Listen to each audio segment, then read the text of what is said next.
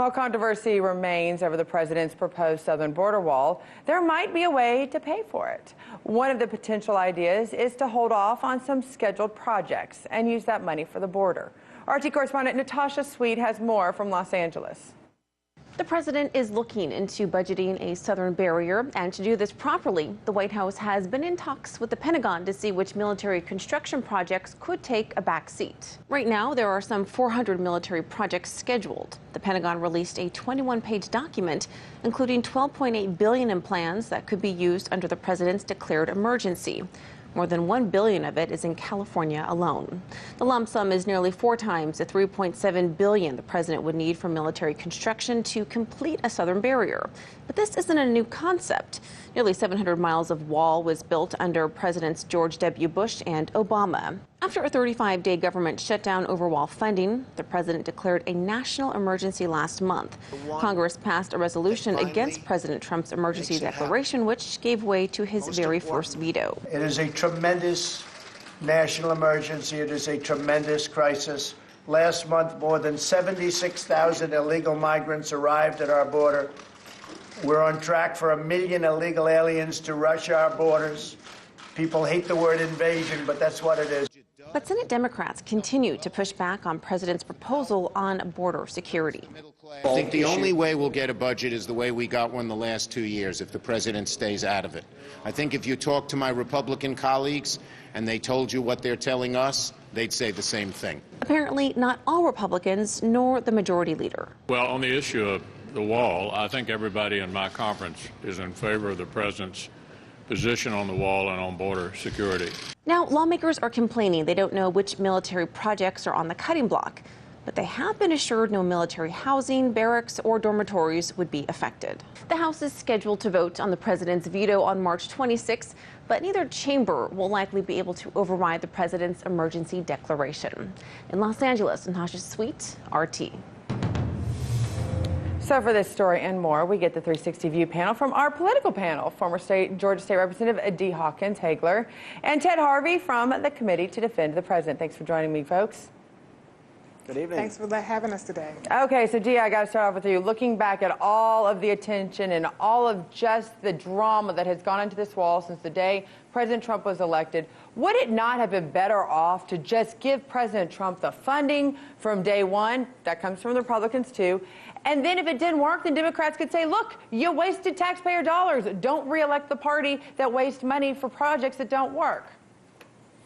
No, I don't think it goes like that. Just because someone throws a temper tantrum or wants to shut down the government, you should not necessarily give them what they want. I think the majority of the American people are not in favor of this wall.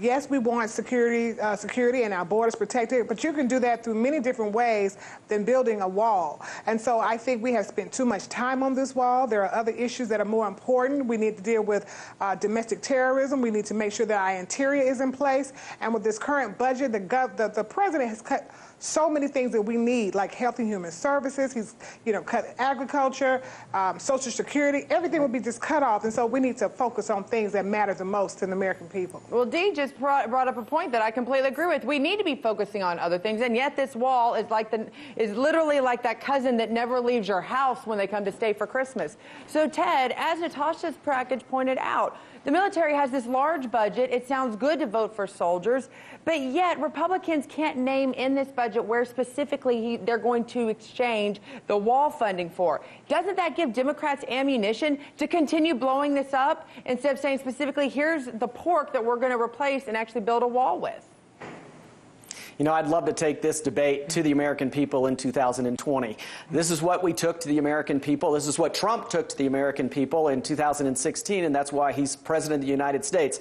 For your guest to say that the American people don't care about this, there's a reason why Trump is president of the United States. He beat 16 very good Republican candidates in the primary because they ran away from this. Republicans and Democrat administrations for the last 20 years have run away from this. Donald Trump picked up the banner and said, I am going to fight for the American people. I'm going to fight for the sovereignty of this nation. And the American people in Pennsylvania, in Wisconsin, in Massachusetts, they came to his aid and got him elected. If that's what the Democrats want to take to those same voters in 2020, let's have that debate. The president is taking leadership. He is securing our borders. He is fighting against truly an invasion of illegal immigrants, a bunch of drug traffickers and human traffickers, and the Democrat Party want to do nothing. They think the status quo of 75,000 people coming across the border today is a good thing. If that's what they want to take to the voters, let's have that debate. Okay. I'd love to have that debate. So, Dee, obviously you don't agree with this. I don't agree, and I would love to take it to the American people, because let's remember, Hillary Clinton won the popular vote. Had it not been for the Electoral College, he would not be the president. That's people right. We are not a in favor of this wall. We are a republic. And this That's wall, right. this wall is disrupting this entire nation. I mean, we are lined up on different sides, but there are many more things that are more important that we should be discussing. I mean, no, what's disrupting this nation is domestic terrorism. People not having living wages, and what people thought was good with this tax break, now people are paying more money back in income taxes. I mean, this is all a farce. So really, let's focus on things that matter most, and that's taking care of the American people. Well, that's the thing, Ted. A lot of people. That's what the president is doing. That's what the president is doing. He's doing a terrible job. Look at the job increases. Look at the lowest unemployment rate for African Americans in the history of our nation, the lowest unemployment rate for Hispanics in our nation, the greatest employment rate for women those in our nation. Those indexes have changed, but we now have the highest deficit. The president is focusing on those things to make America great hold on again, 1 second. and the Democrats, like your guest, continue to fight against the president tooth and nail. Okay, so to your point, Dee, yes, there are a lot of needs that we have here in the United States. That being said, Republicans go, this is why we want to stop the immigrants coming over, the illegals who are coming in and not paying into the system, because we do want to put those investments back into our health care, education, our urban areas that need help, our infrastructure. So to Republicans who tell you that, how do you respond that they really are trying to help those areas, but have to stop just throwing money out the window to countries and people that aren't paying back into the system?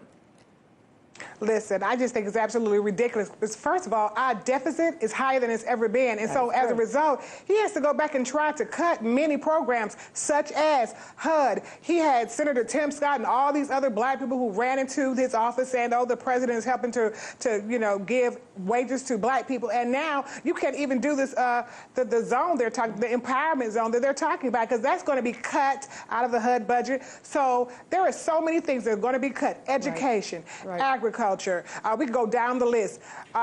They are not Social Security, Small Business Administration. Yes, all of it, but all of those budgets are going to be cut. That is not the truth. Okay, Dee, Ted, I got it from the White House Office of Budget and Management. Dee, Ted, you know what? So are they lying? Your budgets definitely do not be cut, because you guys are definitely priceless in my book. Let's continue this conversation, because I'm sure the budget has a lot more to discuss. Thanks for joining us tonight. Thank you. Hey YouTube, thanks for checking out our channel. We hope you enjoyed the video. We have tons of content for you just like this. For more of RT America's one-of-a-kind news and analysis, be sure to subscribe and never stop questioning more.